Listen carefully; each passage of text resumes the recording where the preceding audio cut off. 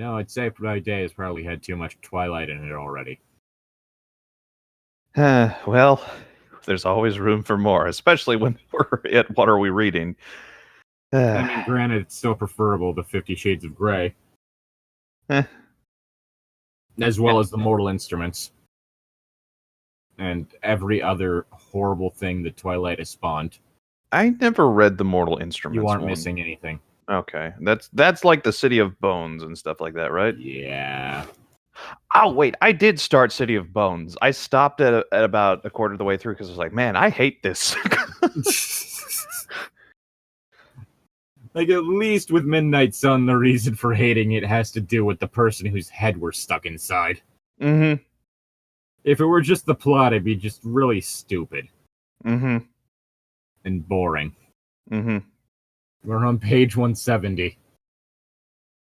And Yes. I recognize the scene we're in. Mostly. Oh, do you? Okay. Yeah. How powerless it made me feel, fenced in by the line between light and dark that stretched across the sidewalk in front of me. So limited. I could only guess that she'd continued across the street, heading south. There wasn't really much in that direction. Was she lost? Well, that possibility didn't sound entirely out of character. You do realize that you were just actively insulting the person that you're after, right? Nobody likes negging. Just...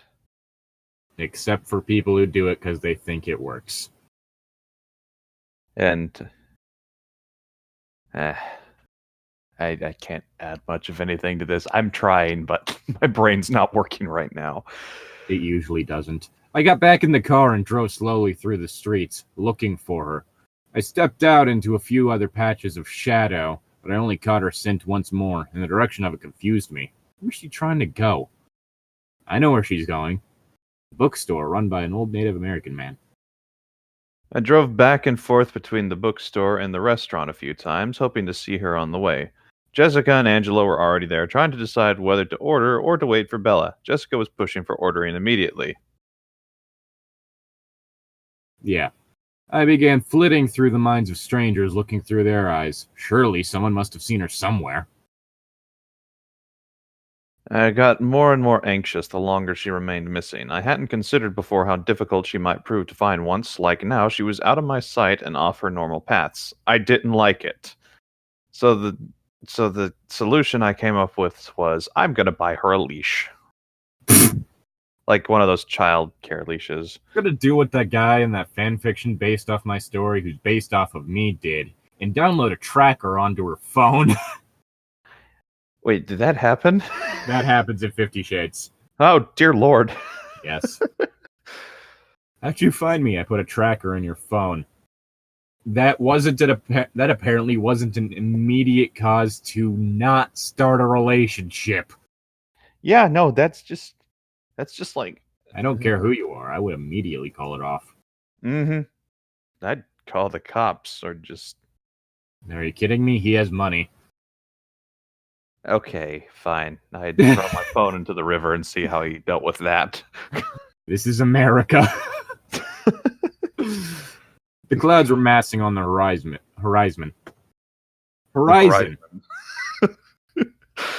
And in a few more minutes, it would take. I would be free to track her on foot. It wouldn't take me long then. It was only the sun that made me so helpless now. Just a few more minutes, and then the advantage would be mine again. And it would be the human world that was powerless. Much like Arlo and Kitten. Yeah, that was terrifying, not gonna lie. Good. Another mind, and another. So many trivial thoughts.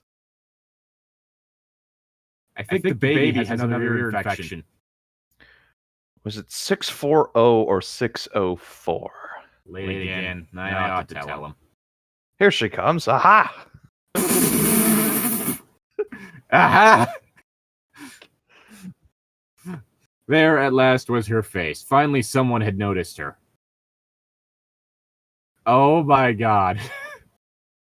The relief lasted for only a fraction of a second, and then I read more fully the thoughts of the man who was gloating over her face in the shadows. Here she comes, aha! Wow. With that a horrible way, like that horribly written line, you immediately taken all tension out of this attempted rape. Yeah, just... Here she comes. Aha! Hey. His mind was a stranger to me, and yet not totally familiar. I had once hunted exactly such minds. No, I roared, and a volley of snarls erupted from my throat. My foot shoved the gas pedal to the floor, but where was I going? Into a wall. Well, there goes... That just crashes through the wall into the alleyway. In the car. Just... I'm just imagining, like, Deja Vu playing. Like, you just hear it really muffled in the background and then, like, slams through the wall, like, smashes into the rapist with his car. With just Deja Vu playing full tilt. No, Deja Vu and the gas. No! Why must you torture me so? I'm not torturing you. You're the one who found that on your own. I just think it's funny. And it hurts me physically. And that sounds like a personal problem.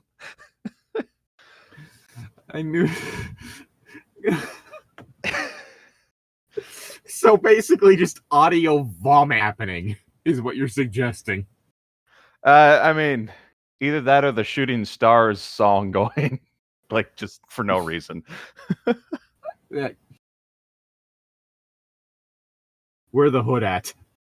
Yes! There we go. In the background, you just hear muffled. No, okay, let me just...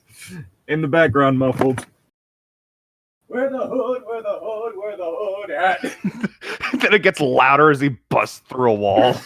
It's like slightly louder before the wall suddenly explodes. And then it just fills the scene. I knew the general location of his thoughts, but the knowledge was not specific enough. There had to be something. A street sign, a storefront, something in his sight that would give away his location. But Bella was deep in shadow, and his eyes were focused only on her frightened expression, enjoying the fear there. Her face was blurred in his mind by the memory of other faces. Bella was not his first victim. The sound of my growls shook the frame of the car, but did not distract me. How powerful are the lungs on this boy? I mean, as I ended up seeing in part 2 of Breaking Dawn, they're just ridiculous. Like, vampires are ridiculous, powerful to an absolutely ridiculous degree, to the point to where it kind of evades any sort of sense. Mm-hmm. The only thing that are ever a danger to vampires are the shifters and other vampires. Being as the vampires could apparently jump off a fucking mountain no problem. Huh. That's unfortunate. I would expect that to at least shatter their legs. Yeah, that would be a little more balanced, but whatever. I'm pretty sure if you threw a large boulder, if you dropped a human-sized piece of marble from hundreds of feet up, it would break. Yeah, probably. Your line. Oh, yeah, sorry. There were no windows in the wall behind her, somewhere industrial, away from the more populated shopping district. My car squealed around a corner, swerving past another vehicle, heading in what I hoped was the right direction. By the time the other driver honked, the sound was far behind me. Da, da, da, da, da, da. Look at her shaking. The man chuckled in anticipation. The fear was the draw for him. The party enjoyed. Stay away from me. Her voice was low and steady, not a scream. Okay, something funny that I'd imagine is, like, her dad's a cop, right? What if she carries a handgun on her? Like... Later on, he does give her pepper spray. But... doesn't give her a gun. But I can't imagine that if this did happen, Charlie would absolutely go on a manhunt and murder the motherfucker. Yeah, probably. Don't be like that, sugar. He watched her flinch to a rowdy laugh that came from another direction. He was irritated with the noise. Shut up, Jeff, he thought, but he enjoyed the way she cringed. It This is excited making him. me cringe in other ways. He began to imagine her pleased, the way she would beg. I hadn't realized that there were others with him until I'd heard the loud laughter. I scanned out from him, desperate for something I could use. He was taking the first step in her direction, flexing his hands. The minds around him were not the cesspool that his was. They were all slightly intoxicated, not one of them realizing how far the man they called Lonnie planned to go with this. They were following Lonnie's lead blindly. He'd promised them a little fun. One of them glanced down the street, nervous. He didn't want to get caught harassing the girl, and gave me what I needed. I recognized the cross street he stared toward. I flew under a red light, sliding through a space just wide enough between two cars and the moving traffic. Horns blared behind me. Deja vu, I just been in this place before. Higher on the street. My phone vibrated in my pocket. I ignored it. Lonnie moved slowly toward the girl, drawing out the suspense, the moment of terror that aroused him. He waited for her scream, preparing to savor it. Fortunately, Lonnie was a one-pump chump and it already blew his load.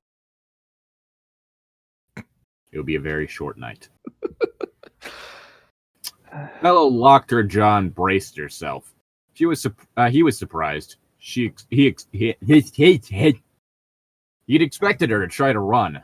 Surprised and slightly disappointed. He liked to chase his prey down, the adrenaline of the hunt. Brave, this one. Maybe better, I guess. More fight in her. I was a block away. The monster could hear the roar of my engine now, but he paid it no attention, too intent on his victim.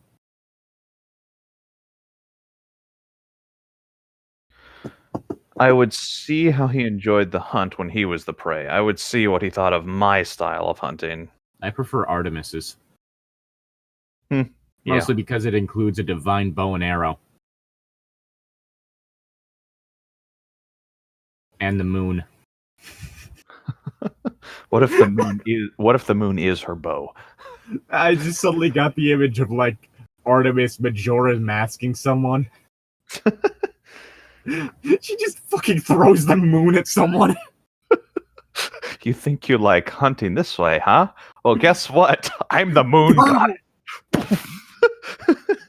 Well, guess what? Just poof.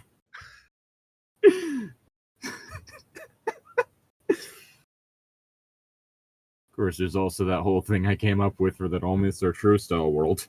Mm-hmm. Of an entire world that Artemis created. Like hunting. Let's see how you like my style. Just drops him in the middle of another planet's woods filled with monsters.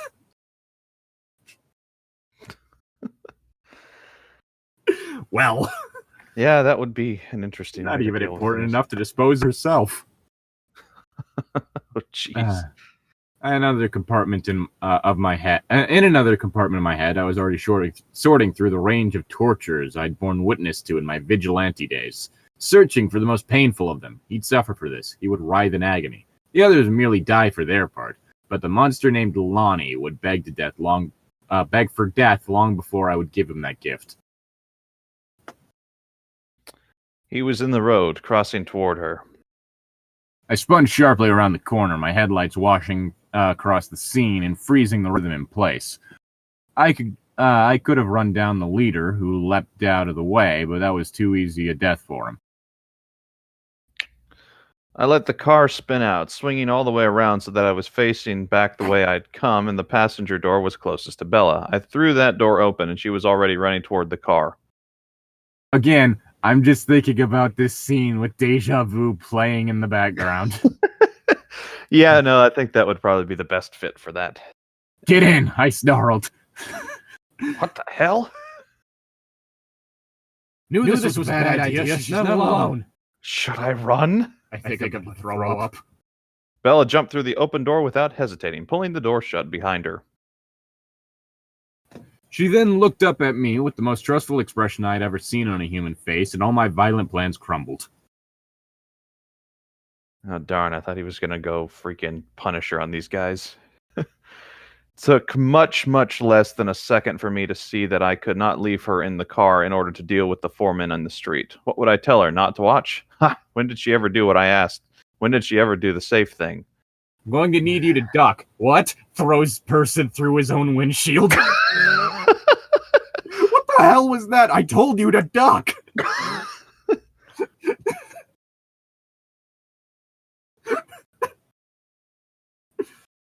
You know, I guess the way they probably could have solved this entire thing was to just make it a supernatural comedy. Yeah. I think that could have worked better, honestly. Well, like, I think that honestly is the most frustrating thing, like, with Twilight, is all the different things of, like, how it could have been done better. Because, it's like, the supernatural romance between a human and a non-human is not a new thing at all. Mm-mm. It's kind of a staple of, like, the fantasy genre. Mm-hmm. Like, honestly, any part of the fantasy genre, pseudo-medieval, modern, all of it. Yes. So, like, there are ways that this kind of thing could be done well and less sexist and racist. But it's just, like, I think that is, like, the worst thing about Twilight, is the wasted potential. Like, you could look everywhere for poorly written fiction with terrible morals. It's not hard to find. But the thing, though, is just reading this prose, Stephenie Meyer is not a bad writer. She's just not super good at making a good plot. Like, she's not good at making a good plot, and she's terrible. She's not good at pacing. I guess it's not as easy to see here, but she tends to over detail things. But honestly, this scene right here, the whole like action scene type thing, was written fairly well. Like, it's fast, it's well paced, and I understand exactly what's going on. Like the whole thing of him immediately like just relaxing as soon as he sees her. That's not a bad character moment. Yeah, no, that was. I will say that. This is like. I'm actually really enjoying this part of the book, if I'm being completely honest here. You're enjoying the... Congratulations, Stephenie. You're able to write an attempted rape scene half decently. There is the fact that it is a very cliched scene, and it is basically just, ooh, the male protagonist saving the damsel from attempted rape. Yes, that is done way too often, and it's always a situation of two characters that are supposed to be romantically involved, and I am just tired of it. Yeah. And I also think the idea that Deja Vu is blaring in the background is helping with it a little bit. That might be it. Stephenie Meyer, you need to specifically mention music choices that are just absolutely kind of hilarious for the situation. Not necessarily ones that fit the situation. Like, you need to go, like, be very specific. Don't talk about how the music sounds or anything. Just mention a very specific song that doesn't quite fit the mood. Yeah, that would... Well, I mean, I kind of like the idea that we're kind of coming to this own conclusion. And yeah, it's a cliched scene, but it's simple, it's quick-paced, and like I said, it's decently written. And I think... like, what we're seeing inside the people's heads makes it impossible to take seriously, but... Well, yes, but that's still a dialogue issue, not a story issue. It's better written than the rest of what we have read, is what I'm trying to get at here. So maybe I'm just enjoying it based on that. But I wandered about the abandoned complex. Africa by Toto was playing softly in the background, setting me on edge. Who started playing it? No one had. It seemed like no one had been here in days, and someone would have to be maintaining the equipment around here. Arlo and Kit go into the sewer, and there's just a Toto by Africa playing that they're like, what the hell is going on? I just have it playing on my phone, just outside the room. We go into the next room and we see like the monster sitting there like with like a boom box or something, just kind of listening to music. Just imagining like as you're walking in the room, like, you enter the sewer. What? I mean, granted, that would be a copyright nightmare, so. Well, yeah, but it's still funny. Oh, God. Anyway, would I drag them away, out of her sight, leave her alone here? It was a long shot that another dangerous human would be prowling the streets of Port Angeles at night, but it was a long shot that there was even the first. Like a magnet, she drew all things dangerous toward herself. I could not let her out of my sight. I mean, according to statistics, like in Canada at least, 1 in 2 women ends up being abused at some point in some way, and Canada's a lot more hospitable than the US. So I'm pretty sure something was bound to happen eventually. Mm-hmm. As dark and depressing as that thought is. Yeah, well. Let's see, where were we? I lost my place. It would feel like. Oh, there we are. Sorry. It would feel like part of the same motion to her as I accelerated, taking her away from her pursuers so quickly that they gaped after my car with uncomprehending expressions. She would not recognize my instant of hesitation. She would assume the plan was to escape from the beginning. I couldn't even hit him with my car. That would frighten her. I'm pretty sure a hit and run would frighten most people. Yeah, probably. Just in general. I wanted his death so savagely that the need for it rang in my ears and clouded my sight and was a flavor on my tongue. Okay, then. That's a little disturbing, but okay. My muscles were coiled with the urgency, the craving, the necessity of it. I had to kill him. I would peel him slowly apart, piece by piece, skin from muscle, muscle from bone. Except that the girl, the only girl in the world, I think there's probably more, just gonna put that out there, was... God damn it. It was a stupid joke, but it was a stupid line. Yeah, no. Was clinging to her seat with both hands, staring at me, her eyes still wide and utterly trusting. I think you're confusing trust with panic. Vengeance would have to wait. Put on your seatbelt, I ordered. My voice was rough with the hate and bloodlust, not the usual bloodlust. I would not sully myself by taking any part of that man inside me. I'm phrasing. Why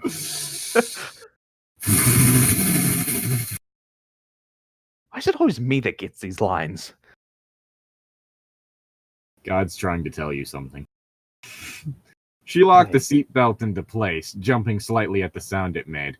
That little sound made her jump, yet she did not flinch as I tore through the town, ignoring all the traffic guides.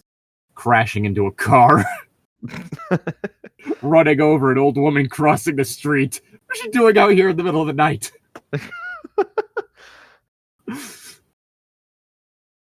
I could feel her eyes on me. She seemed oddly relaxed. It didn't make sense to me. Not with what she had just been through. Are you okay? She asked, her voice rough with stress and fear. Oh, God. I get that you're not human, but you should have at least some idea how psychology works. If you want to know if I was okay, like, the whole thing is, so long as you don't, like, in any way try to touch her, she's likely going to relax. I thought about her question for a fraction of a second, not long enough for her to notice the hesitation. Was I okay? No. I realized, and my tone seethed with rage. I took her to the same unused drive where I'd spent the afternoon engaged in the poorest surveillance ever kept. It was black now under the trees. I just remembered a part of, like, the scene in... Oh, okay, never mind, it is coming up. Okay, got it. Let's see. I was so furious that my body froze in place, utterly motionless. My ice-locked hands ached to crush her attacker, to grind him into pieces so mangled that his body could never be identified. But that would entail leaving her here alone, unprotected in the dark night. Vella? I asked through my teeth. Yes, she responded huskily. She cleared her throat. Are you all right? was really the important thing here. First priority, retribution was second. I knew that, but my body was so filled with rage that it was hard to think. Yes, her voice was still thick, with fear, no doubt. And so I could not leave her. Even if she wasn't at constant risk for some infuriating reason, some joke the universe was playing on me, even if I could be sure that she would be perfectly safe in my absence, I could not leave her alone in the dark. But that show's great. No, I was thinking, Are You Afraid of the Dark? Whoops. Mm-hmm. But that movie's terrible. As was the remake game. I mean, the first few games were alright. She must be so frightened. Yet I was in no condition to comfort her, even if I knew exactly how that was to be accomplished, which I did not. Surely she could feel the brutality radiating out of me. Surely that much was obvious. I would frighten her even more if I could not calm the lust for slaughter boiling inside me. See, like, this is the whole... Like, the prose is just... It's overly complicated. Mm-hmm. Like, that's the issue. Mm-hmm. I needed to think about something else. Distract me, please, I pleaded. I'm sorry, what? I barely had enough control to try to explain what I needed. Just prattle about something unimportant until I calm down, I instructed. My jaw still locked. Only the fact that she needed me inside held me... Only the fact that she needed me held me inside the car. I could hear the man's thoughts, his disappointment and anger. I knew where to find him. I closed my eyes, wishing that I couldn't see anyway.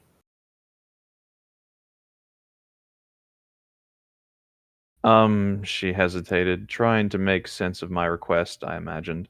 I'm going over to Tyler Crowley tomorrow before school? She said this like it was a question.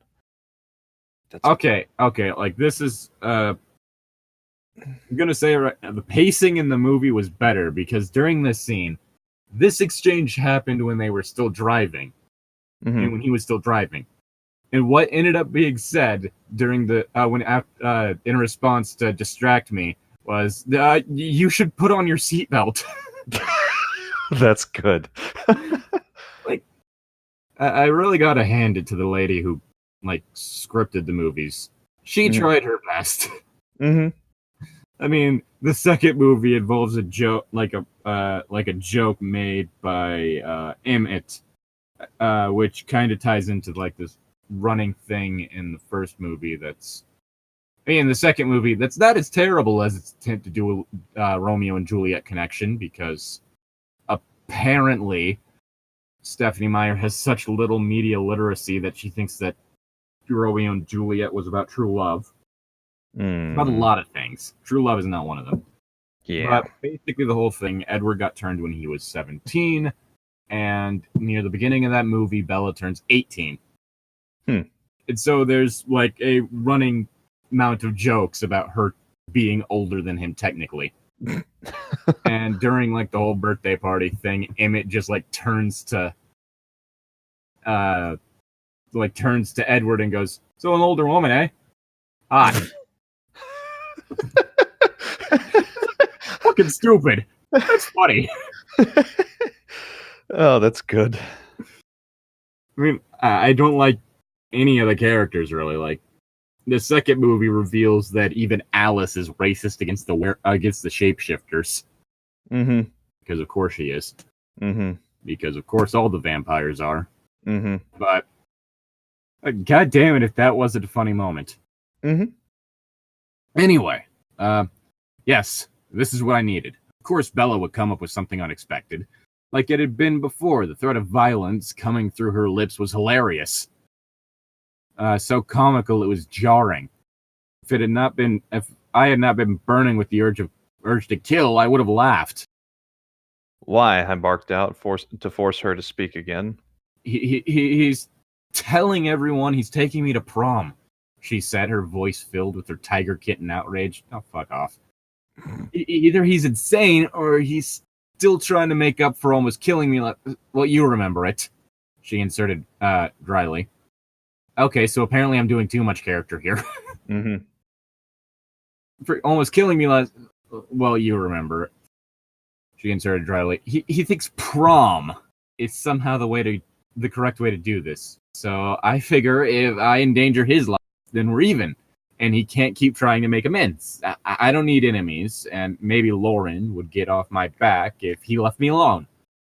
I might have to total his Sentra, though, she went on, thoughtful now. If he doesn't have a ride anymore, he can't take anyone to prom.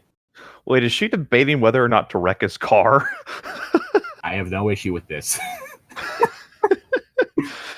I'm sorry, but if someone almost runs you over and then keeps badgering, keeps talking to everyone about dragging you to prom. Mm-hmm. Not even you, just everyone else. His car. Yep, I like that.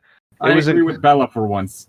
It was encouraging to see that she sometimes got things wrong. Tyler's persistence had nothing to do with the accident. She didn't seem to understand the appeal she held for the human boys at the high school. Did she not see the appeal she had for me either? That doesn't mean anything about this is okay, Edward. It's generally a faux pas to ask someone out after you almost kill them.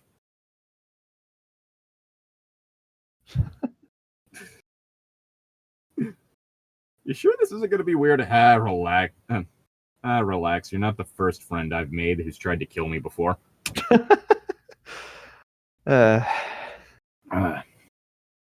It was working. The baffling processes of her mind were always engrossing. I'd be upset, too, if someone almost killed me and then was trying to ask me out. Mm-hmm. I'm sorry, but dating isn't going to fix this. I was beginning to gain control of myself, to see something beyond vengeance and torture. I heard about that, I told her. She had stopped talking and I needed her to continue. You did. She asked incredulously. Her voice was angrier than before. He's paralyzed from the neck down. He can't go to prom either.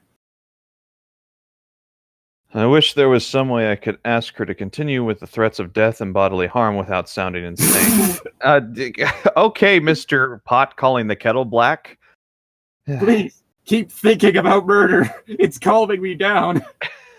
She couldn't have picked a better way to calm me, and her words, just sarcasm in her case, hyperbole, were a reminder I dearly needed it in this moment.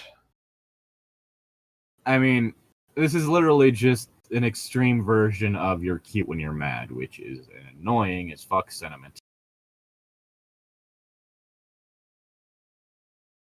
Like, this is all that this is. Yeah, just a little bit. It's annoying, but what else is new? Just gonna say, if someone's angry at you, don't hit on them. If someone's angry on during that moment, don't hit on them. You might lose some body parts. Trust me. I sighed and opened my eyes. Better? She asked timidly. Not really. No, I was calmer, but not better, because I just realized that I could not kill the monster named Lonnie, and I still wanted that more than almost anything else in the world. Almost. Vagina. The only thing in this moment I wanted more than to commit highly justifiable murder was this girl. See my earlier comment. Mm-hmm. And though I couldn't have her, just the dream of having her made it impossible for me to go on a killing spree tonight, no matter how defensible such a thing might be. Bella deserved better than a killer. Don't act like you're doing this for her sake. I mean, seriously. Oh, don't worry. The next paragraph looks like it goes back to reflecting on Edward. You know, the I spent 7 thing. decades trying to be something other than that. Something other than a killer. Those years of effort could never make me worthy of the girl sitting beside me, and yet I felt that if I returned to that life, the life of a killer, for even one night, I would surely put her out of my reach forever, even if I didn't drink their blood. Even if I didn't have the evidence blazing red in my eyes. Wouldn't she sense the difference? You seem weirdly relaxed today, Edward. I was trying to be good enough for her. It was an impossible goal. I would keep trying. You're not good enough for a waffle iron. What's wrong? She whispered. Her breath filled my nose, and I was That's reminded... weird. Yeah, why I could not deserve her. After all of this, even with as much as I loved her, she still made my mouth water. Ew. I would give her as much honesty as I could. I owed her that. Sometimes I have a problem with my temper, Bella. You don't say. I stared out into the black night, wishing both that she would hear the horror inherent in my words, and also that she would not. Mostly that she would not. Run, Bella, run. Stay, Bella, stay. But it wouldn't be helpful for me to turn around and hunt down those. Just thinking about it almost pulled me from the car. I took a deep breath, letting her scent scorch down my throat. At least that's what I'm trying to convince myself. No, you do seem to have anger issues. Oh, I should probably rethink that whole thought of dating you then. It seems like it'd be a bad idea now. She said nothing else. How much had she heard in my words? I glanced at her furtively, but her face was unreadable. Blank with shock, perhaps. Well, she wasn't screaming. Not yet. Edward, how are you this stupid? I have trouble with my anger. Incoherent screaming. What? It was quiet for a moment. I warred with myself, trying to be what I should be, what I couldn't be. Jessica and Angela will be worried, she said quietly. Her voice was very calm, and I was not sure how that could be. Was she in shock? Maybe tonight's events hadn't sunk in for her yet. I was supposed to meet them. She want to be away from me, or was she just worried about her friend's worry? Gee, it's almost as if she's a person who would be thinking about the fact that she just disappeared from a couple of friends who were her ride there. I didn't answer her, but I started the car and took her back. Every inch closer I got to the town, the harder it was to hold on to my purpose. She was just so close to him. I was just so close to him. There we go. Yeah. If it was impossible, if I could never have nor deserve this girl, then what was there the sense in letting the man go unpunished? Surely I could have allowed myself that much. Freudian slip. No, I wasn't giving up. Not yet. I wanted her too much to surrender. We were at the restaurant where she was supposed to meet her friends before I'd even begun to make sense of my thoughts. Jessica and Angela were finishing eating and both naturally worried about Bella. They were on their way to search for her, heading off along the dark street. It was not a good night for them to be wandering. Hey, maybe text them! Yeah, might be a good idea. Or does Edward have a cell phone? I'd hope so. It's the modern day of 2006. Oh, maybe he has a wizard wireless phone. Oh, God damn it! How did you know where Bella finished? Bella's unfinished question interrupted me, and I realized that I had made yet another gaffe. I'd been too distracted to remember to ask her where she was supposed to meet her friends. But instead of finishing the inquiry and pressing the point, Bella just shook her head and half smiled. God, this is weird. What did that mean? Well, I didn't have time to puzzle over her strange acceptance of my stranger knowledge. I opened my door. What are you doing? She asked, sounding startled.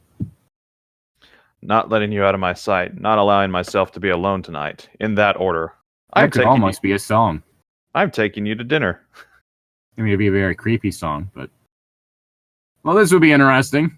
It seemed like another night entirely when I imagined bringing Alice along and pretending to choose the same restaurant as Bella and her friends by accident.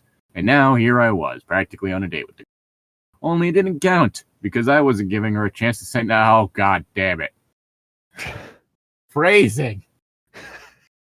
She already had her door half open. It's not a date, because you have no free... I mean, he's technically not wrong there, but... Mm-hmm. It's still... She already had her door half open before I'd walked around the car. It wasn't usually so frustrating to have to move at an inconspicuous speed instead of waiting for me to get it for her. Was this because she wasn't used to being treated like a lady, or because she didn't think of me as a gentleman? I'm going to break your nose. Is that before or after everything else you're going to do to him?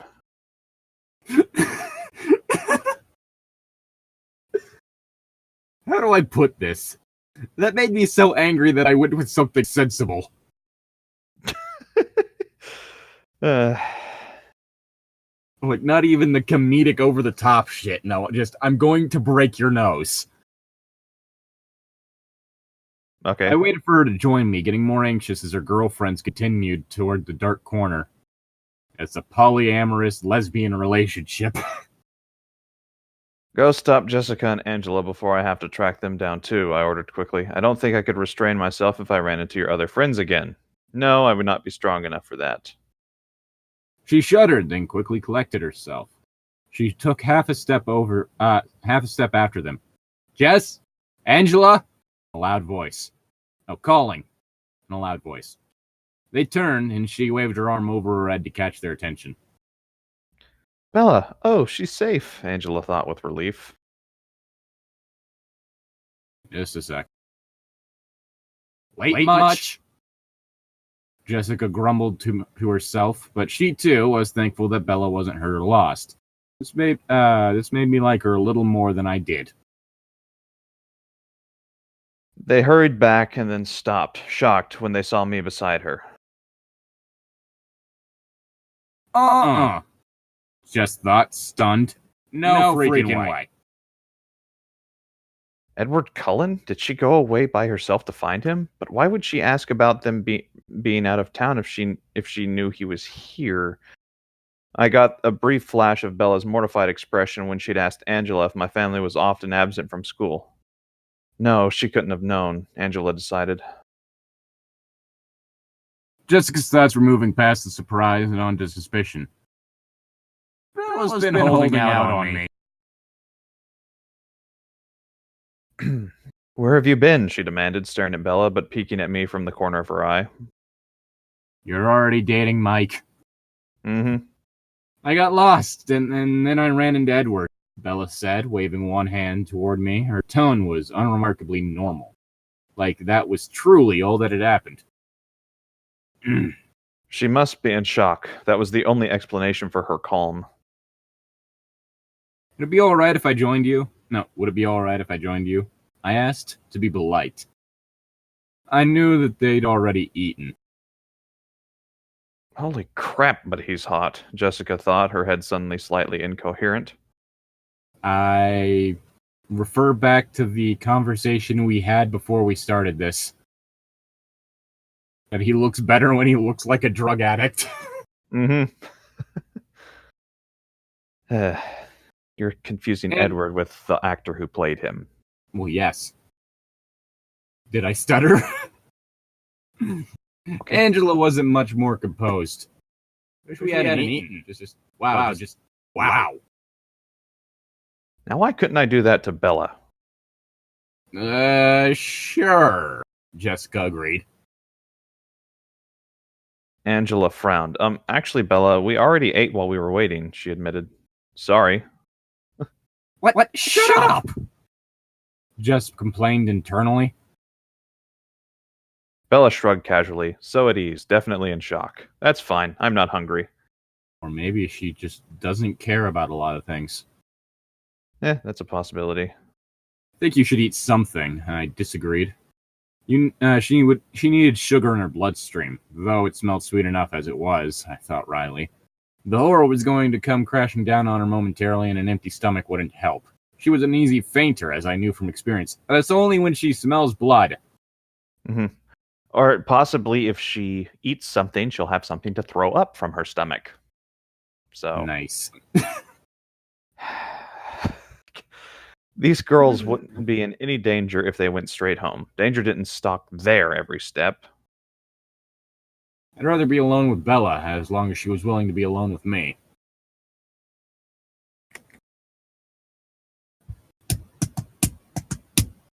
Tom? Yeah, sorry, I lost my place. Do you mind if I drive Bella home tonight? I said to Jessica before Bella could respond. That way you won't have to wait while she eats. No problem, I guess. Jessica stared intently at Bella, looking for some sign that this was what she wanted. I want to stay, but she probably wants him to herself. Who wouldn't, Jess thought. At the same time, she watched Bella wink. Bella winked. It was horrific and unnatural. Turns out she couldn't do it naturally, so what really happened is that it was more like her face folded in half along the eye line. Both eyes just contorted. Oh, okay, Angela said quickly, in a hurry to get out of the way, if that was what Bella wanted, and it seemed that she did want that. See you tomorrow, Bella. Edward. She struggled to say my name in a casual tone. Then she grabbed Jessica's hand and began towing her away. Bellward. Bellward. Bellward. Oh, get off it, Bellward. I need to make a character named Bellward now just because it's a funny name. I would have to find some way to thank Angela for this. Jessica's car was close by in a bright circle of light cast by a street lamp. Bella watched them carefully, a little crease of concern between her eyes, until they were in the car, so she must be fully aware of the danger she'd been in. Jessica waved as she drove away, and Bella waved back. It wasn't until the car disappeared that she took a deep breath and turned to look up at me. Honestly, I'm not hungry, she said. Why had she waited for them to be gone before speaking? Did she truly want to be alone with me, even now after witnessing my homicidal rage? All she saw was you miffed. Mm-hmm. It's not like you were breaking anything or yelling. And you parked the car, so it was really just that you were holding the steering wheel. Mm-hmm. You're not as threatening as you make yourself out to be, Edward. Mostly because you're really pale. There's a reason intimidation is based on charisma and not strength. At least in D&D. Yes. You have a charisma score of 1. Which shouldn't even be physically possible. It's quite impressive, honestly.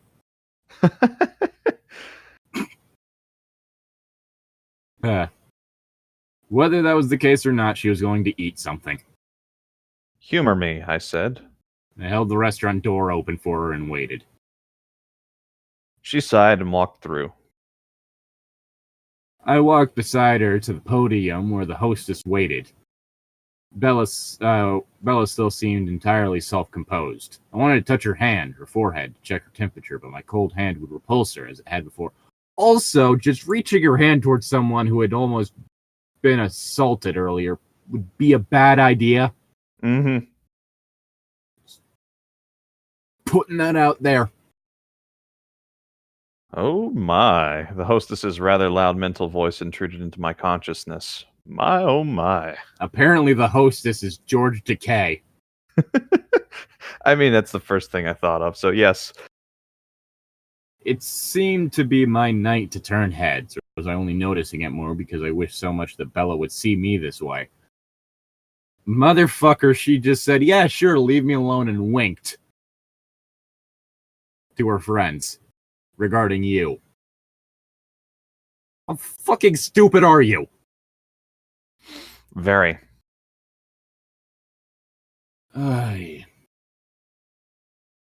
Are they always attractive to our prey? We were always attracted to our prey. I never thought about it much. Thought so much about it before. Usually, unless, as with people like Shelley Cope and Jessica Stanley, there was a constant repetition to dull the horror, the fear that kicked in quickly after the initial reaction. A table for two? I prompted when the hostess didn't speak. Oh, yes. Welcome to La Bella Italia. What a voice. Please follow me. Her thoughts were preoccupied, calculating. Maybe she's his cousin. She couldn't be his sister. They don't look anything alike, but family definitely. He can't be with her. What is with the people in this story? I don't know. Every guy at the school wants to bang Bella, and then you have people being like, she's not attractive. What? Hey. What?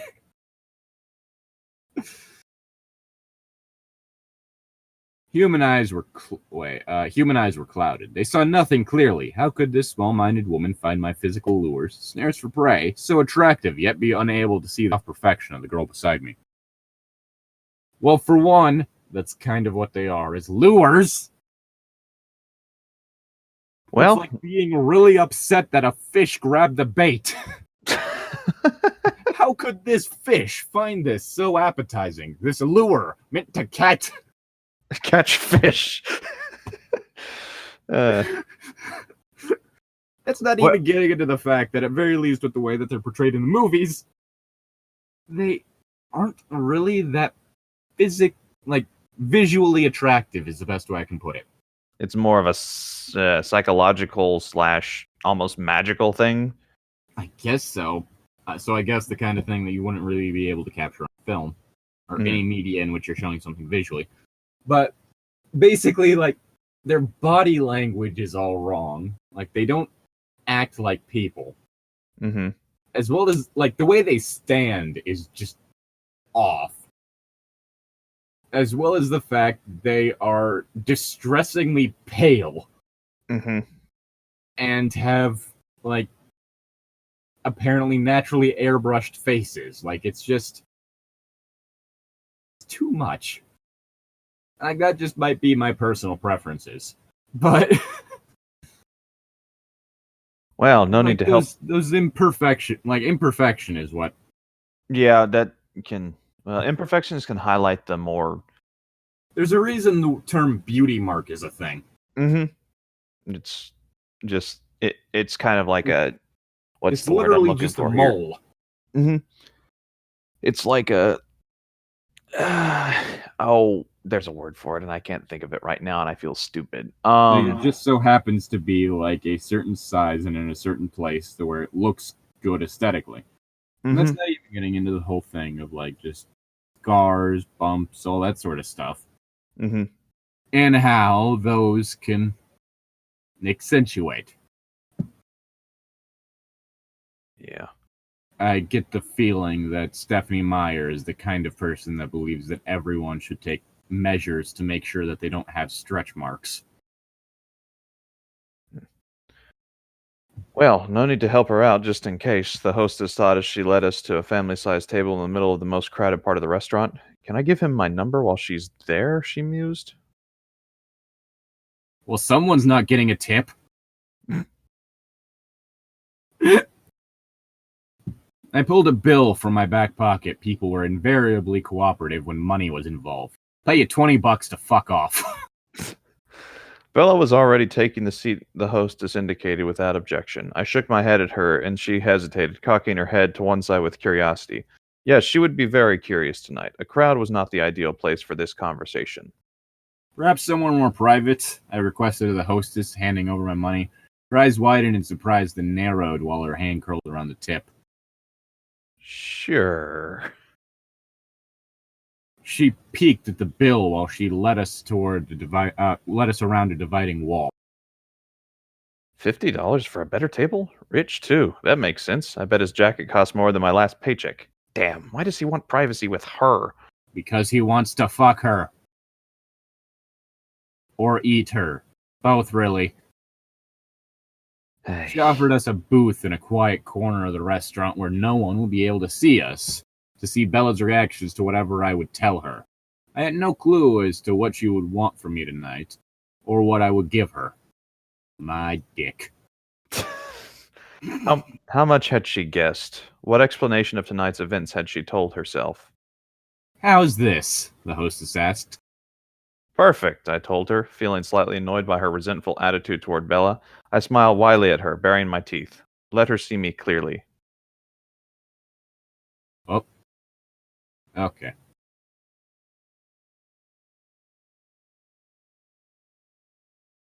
No, wait, no. Whoa. Your server will be right out. He can't be real. I must be asleep. Maybe she'll disappear. You'll write my number on his plate with ketchup. She said, she wandered away, listing slightly to the side. Odd. She still wasn't frightened. You smiled at a person who was openly attracted to you. I suddenly remembered Emmett teasing me in the cafeteria so many weeks ago. I'll bet I could have scared her better than that. Was I losing my edge? No. Can't lose something just that you a never had. fucking idiot. This person's attracted to me. I should probably do something to scare them off. Smiles while saying thank you. You really should. Okay, like baring my teeth thing. Vampires, like Stephenie Meyer vampires, do not have fangs. Mm-hmm. They're just perfect white teeth. Mm-hmm. I guess they'd be white regardless, but Mm-hmm. like they're perfectly in line in that shit. Like Mm-hmm. there's nothing about his smile that would seem odd. Just that, oh, he has money. He probably had some dental work done in order to get his teeth that white. Mm-hmm. You really shouldn't do that to people, Bella interrupted my thoughts in a disapproving tone. It's hardly fair. I stared at her critical expression. What does she mean? I didn't frighten the hostess at all, despite my intentions. Do what? Dazzle them like that. She's probably hyperventilating in the kitchen right now. Yeah, you dumb fuck. Like, ah! You see, this is why I do at least find Edward more likable than Christian Grey. From what we see in the book Grey, Christian is a malicious asshole who at one point straight up intentionally gets Anastasia drunk so that she'll be more likely to sign the sex contract. Edward's too much of an idiot to actually try to manipulate someone. He's too stupid to do it effectively. He tried to terrify someone, and he just turned them on. Bella was very nearly right. The hostess was only semi-coherent at the moment, describing her incorrect assessment of me to her friend on the waitstaff. Congratulations, Edward. You were too stupid to threaten someone. At least he's pretty. Oh, come on. Bella chided me when I didn't answer immediately. You have to know the effect you have on people. I dazzle people? That was an interesting way of phrasing it. Yeah, kind of a stupid way. I don't know, dazzle... Do what? Dazzle them like that! That's... I don't like it. Accurate enough for tonight. I wonder why the difference. Haven't noticed? She asked, still critical. Do you think everybody gets their way so easily? Do I dazzle you? I voiced my curiosity impulsively when the words were... And then the words were out. And it was too late to recall them. But before I had time to too deeply regret speaking the words aloud, she answered, frequently, and her cheeks took on a faint pink glow. Aw, if either of these characters were well written, this would be kind of a cute moment. Mm-hmm. I dazzled her. Razzle dazzle. Damn it. Two words that you can't play in Scrabble without a blank. My silent heart swelled with a hope more intense than I could ever remember having felt before. Hello? Someone said. The waitress, introducing herself. Her thoughts were loud and more explicit than the hostess's, but I tuned her. The things I would do to this teenager.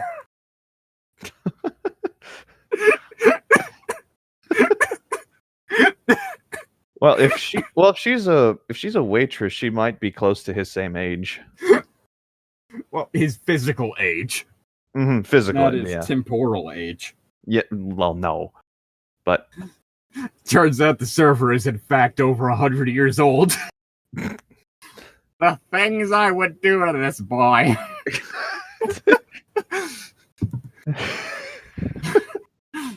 He wouldn't know what hit him. Oh, jeez. I stared at Bella's face instead of listening, watching the bread. Watching the bread? Did you just say bread? My dyslexia mixed up the word spread and blood. The bread was spreading out underneath her skin. No, it was actually the bread was spooling under her skin. Watching the bread spooling underneath her skin, noticing not how it made my throat flame, but rather how it brightened her fair face, how it set off the cream of her skin. The waitress was waiting for something from me. She'd asked for our My drink. dick. I continued to stare at Bella, and the waitress grudgingly turned to look at her, too. I'll have a Coke, Bella said, as if asked. Oh, I'll have a Coke? Bella said as if asking for approval. You realize you've been talking out loud this entire time, ma'am, right? 2 Cokes. Oh, you heard that. 2 Cokes, I amended. Thirst. Normal human thirst was a sign of shock. I would make sure she had the extra sugar from the soda in her system. I really didn't need up, to Edward. hear about how you would ride this man.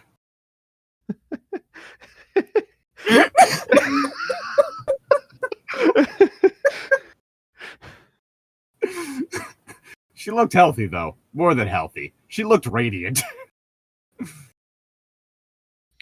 What? She demanded, wondering why I was staring, I guess. I was vaguely aware that the waitress had left. I don't even know how long we've been doing this. I think when we get to... I think we've been doing it for a little bit, almost an hour now, so I think we should finish this page and then call it good. Maybe another. I don't know. We'll see. Oh, God. How are you feeling? She asked. Or he asked. Oh, I asked. Whoops. She blinked, surprised by the question. I'm fine. You don't feel dizzy? Sick? Cold? She was even more confused now. Should I? Well, I'm actually waiting for you to go into shock. I half smiled, expecting her denial. She would not want to be taken care of. It took her a minute to answer me. Her eyes were slightly unfocused. She looked that way sometimes when I smiled at her. Was she dazzled? There was a line of drool running down her chin, but I wasn't quite sure. I would love to believe that. I don't think that will happen. I've always been very good at repressing unpleasant things, she answered, a little breathless. I don't remember the majority of my childhood. Oh dear, now we got depressing. We ran it from what we've seen. Both her biological parents are lovely, as well as her stepdad. Mm-hmm. He's a Major League Baseball player. Mm-hmm. Okay. Did she have a lot of practice with unpleasant things then? Was her life always this hazardous? Just the same, I told her. I'll feel better when you have some sugar and food in you. The waitress returned with the Cokes and a basket of bread. As I turned my can, I realized that there was a number written on it. God damn it. She put them in front of me, and I asked for my order, trying to catch my eye on the process. I indicated that she should attend to Bella, and then went back to tuning her out. She had a vulgar mind. I fail to see the issue here, sir. Bella glanced quickly at the menu. I'll have the mushroom ravioli. Just inside the woman's mind. Mushroom. Jeez. The waitress turned back to me eagerly. And you? Nothing for me. Bella made a slight face. No.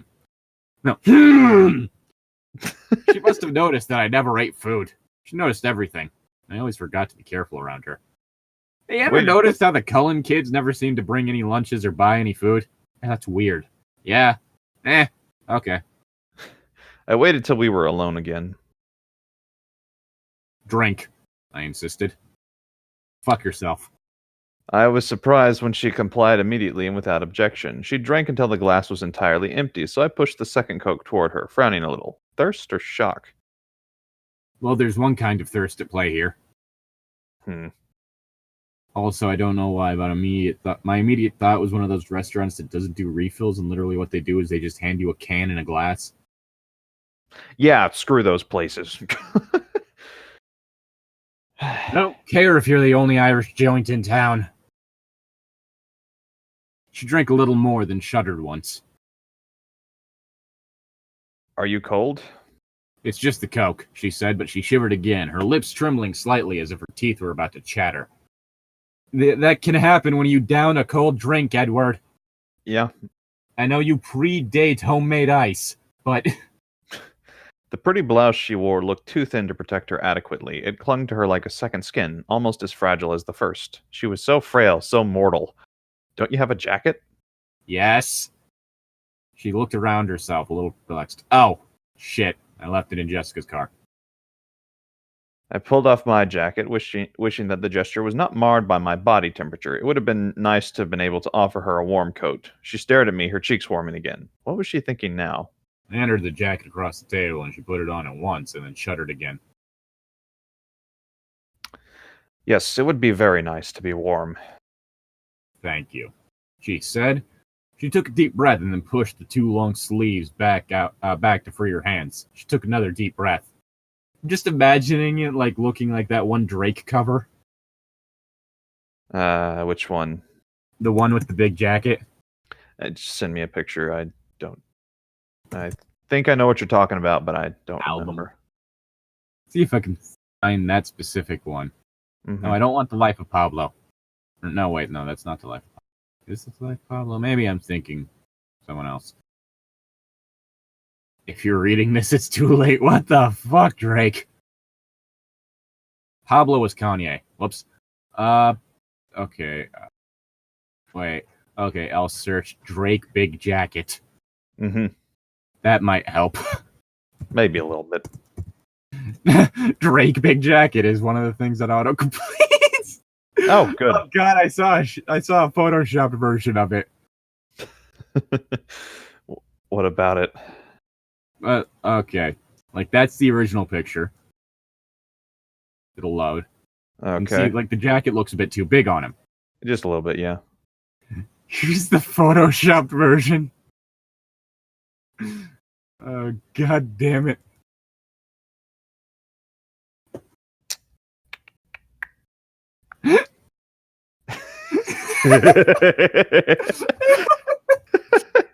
I like that. Yeah, no, it works. Just her sitting in the restaurant, the jacket just overtaking her. Like swallowing her, trying to eat her. It's like those people who like ordered Bane's jacket after like that one Dark Knight movie came. Was it Dark Knight Rises or? Yes, Dark Knight Rises. Or was it Dark Knight Returns? Dark Knight Rises. Was that the one with Bane? Yes, Dark Knight Returns was something else. You sure? Yeah. Yeah, Dark Knight Returns, I'm pretty sure, was like kind of a set in the future where Batman had gotten old, and he was. It's what Batman versus Superman was loosely based off of.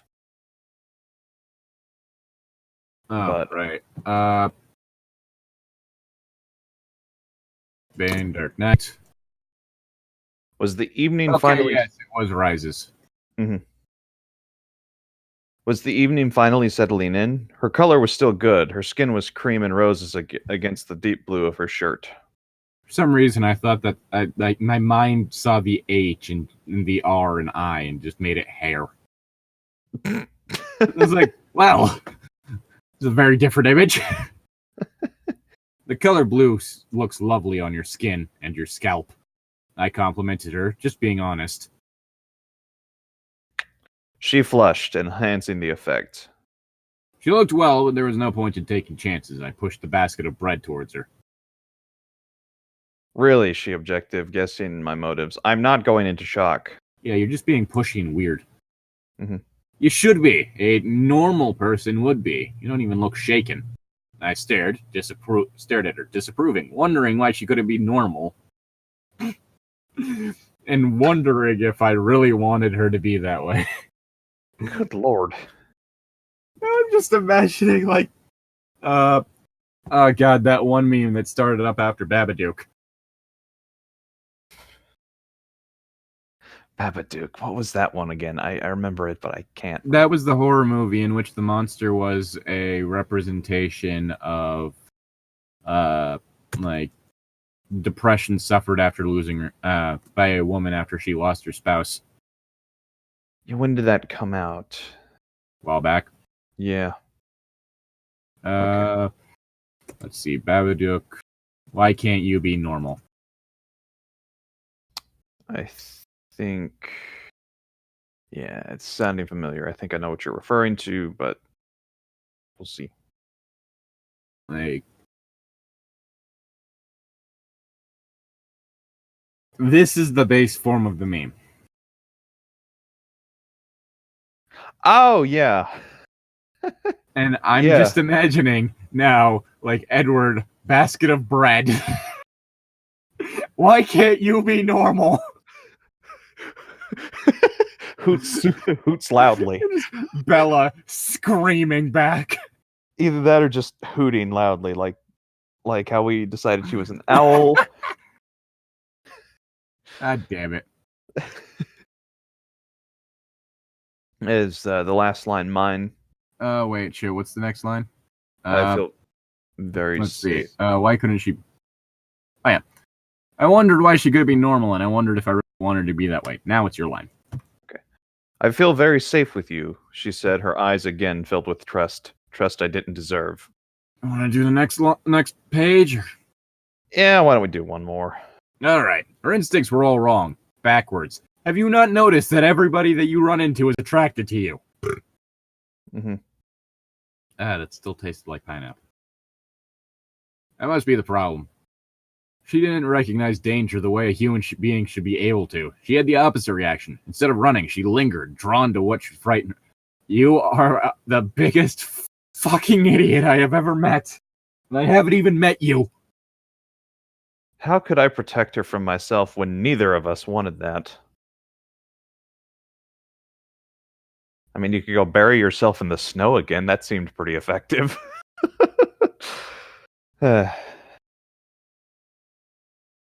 Thing I tend to try to avoid, and that is infuriatingly stupid characters. I'll do weird characters.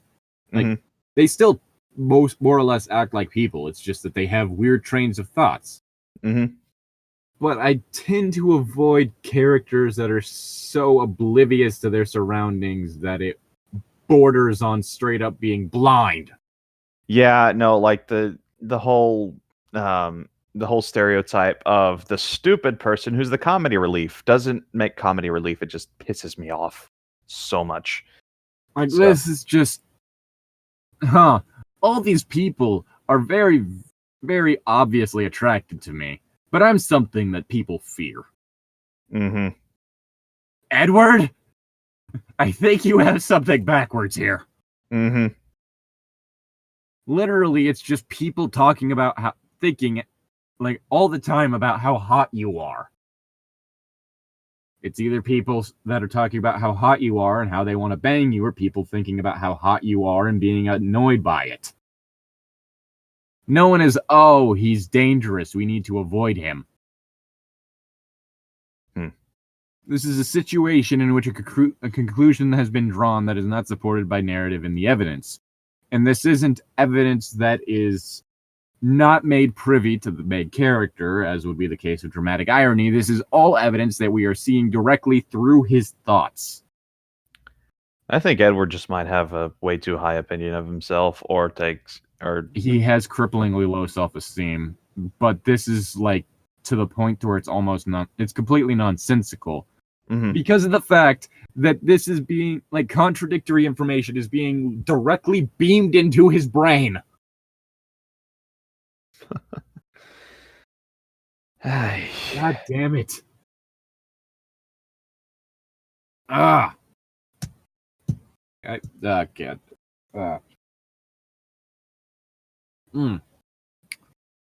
Okay. How could I protect her from myself when neither of us wanted that? No, wait, no. You just said that line. Yes, okay. I did. Sorry. This is more complicated than I'd planned, I murmured. I could see her turning my words over in her head, and I wondered what she made of them. She took a breadstick and began to eat without seeming aware of the action. She chewed for a moment, then leaned her head to one side thoughtfully. Usually you're in a better mood when your eyes are so light, she said in a casual tone. Her observation, stated so matter-of-factly, left me reeling. What? You're always crabbier when your eyes are black. I expect it then. I have a theory about that. She added lightly. So she had come up with her own explanation. Of course she had. I felt a deep sense of dread as I wondered how close she'd come to the truth. I mean, she's been around you long enough to realize that your eyes physically change color. Mm-hmm. And this isn't in a way that could be blamed on the lighting around you, with the case of, like, hazel eyes. Mm-hmm. In which the change of color from brown to green is actually just caused by the surrounding area. Mm-hmm. Your eyes, the eye colors she has seen are like in a golden amber color and jet black for the iris, not the entire eye. Mm-hmm. That's not something that happens with change of lighting. Nope. And it also seemed to be pretty obvious that it happens with mood. More theories. Mm-hmm. She chewed on another bite, entirely nonchalant, as if she weren't discussing the aspects of a monster with the monster himself. I hope you were more creative this time. I lied when she didn't continue. I really hoped that she was wrong, miles wide off the mark. Or are you still stealing? From comic books? Well, no, I didn't get it from a comic book, she said, a little embarrassed. But I didn't come up with it on my own either. And? I asked between my teeth. Surely she would not speak so calmly if she were about to scream. What is it with you and screaming? As she hesitated, biting her lip, the waitress reappeared with Bella's food. I paid the server little attention as she set the plate in front of Bella, and then asked if I wanted anything. You know what would be really entertaining? If the thoughts she were having were not exclusively about Edward, but also about Bella. That'd just be more entertaining, in my opinion. Just turns out that the waitress wants to fuck everyone. I declined, but asked for more.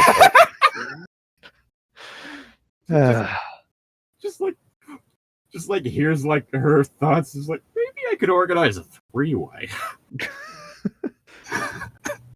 The waitress hadn't noticed the empty glasses. She took them and left.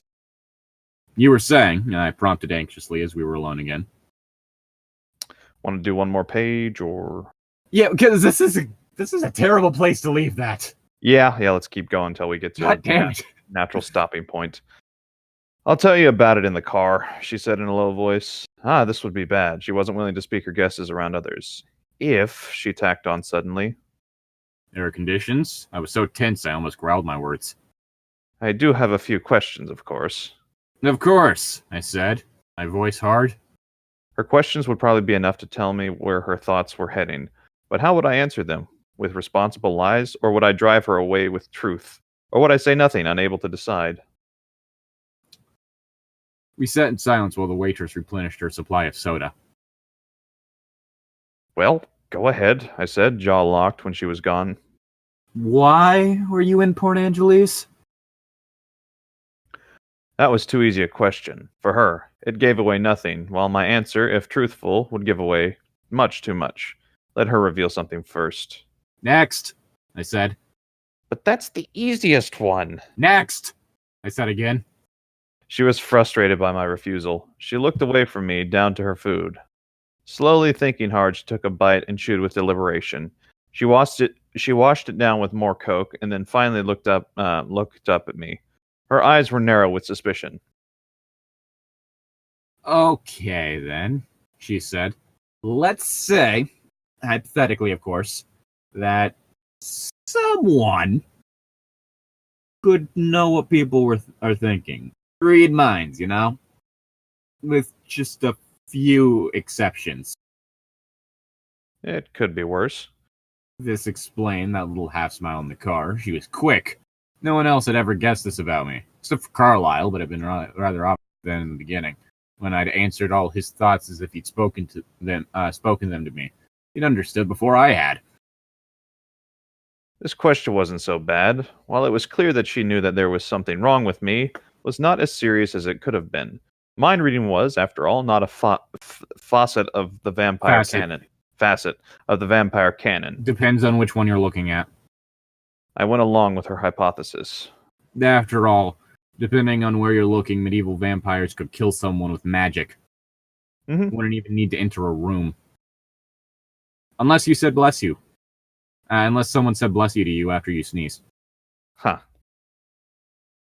Well, yeah, it's the whole thing is that sneezing, people used to think that sneezing was the soul exiting the body, and so you would need to say bless you in order to guide the soul back. Or God bless you in order to guide the soul back. Before something happened. Just one exception. Am I corrected? Hypothetically. She fought a smile. My vague honesty pleased her. All right, with one exception then. How does that work? What are the limitations? How would that someone find someone else at exactly the right time? How would he know that she was in trouble? Hypothetically? Sure, her lips twitched and her liquid brown eyes were eager. That's a weird phrase. Well, I insisted. If that's someone. Let's call him Joe, she suggested. You know, this scene, and this isn't really how it played out in the movie either, now that I think about it, but the movie did have one part that was rather entertaining. Sex, money, sex, money, sex, cat. Pointing at the different people in the restaurant and saying what they're thinking. Oh, that's good. Again, the movies are better than the books quality-wise. I mean, they're not good, but they're better. I had to smile at her enthusiasm. Did she really think the truth would be a good thing? If my secrets were pleasant, why would I keep them from her? Joe, then, I agreed. If Joe had been paying attention, the timing wouldn't have needed to be quite so exact. I shook my head and repressed a shudder at the thought of how close I had been to being too late today. Only you could get into trouble in a town this small. You would have devastated their crime rate statistics for a decade, you know. Her lips turned down at the corners and pouted out. Why are we were speaking of a hypothetical case. I laughed at her irritation. Oh, come on, man. Her lips, her skin, they looked so soft. I wanted to touch them. I wanted to press my fingertip against the corner of her frown and turn it up. Okay, while I highly doubt that she wouldn't let you do that because Bella, still not something you do to someone you barely know. Yeah, no. Unless it's supposed to be like that kind of character. Thinking back to that one part where Castiel was insane and just booped a prophet's nose. Boop. Just like the deepest, most serious voice ever. Boop. That's great. Impossible. My skin would be repellent to her. Your room temperature! Yes, we were, I said, returning to the conversation before I could depress myself too thoroughly. Shall we call you Jane? We shall call her Jane. We're not talking about me. She leaned across the table toward me, all humor and irritation gone from her wide eyes. How did you know? She asked, her voice low and intense. Should I tell her the truth? And if so, what portion? I wanted to tell her. I wanted to deserve the truth I could still see on trust I could still see on her face. You can trust me, you know, she whispered, and she reached one hand forward as if to touch my hands where they rested on top of the empty table before me. You want to end it there? Huh? You want to end it there? Sure. All right, 188. Yes. Oy vey. See y'all next time. And here we depart from the land of wasted potential.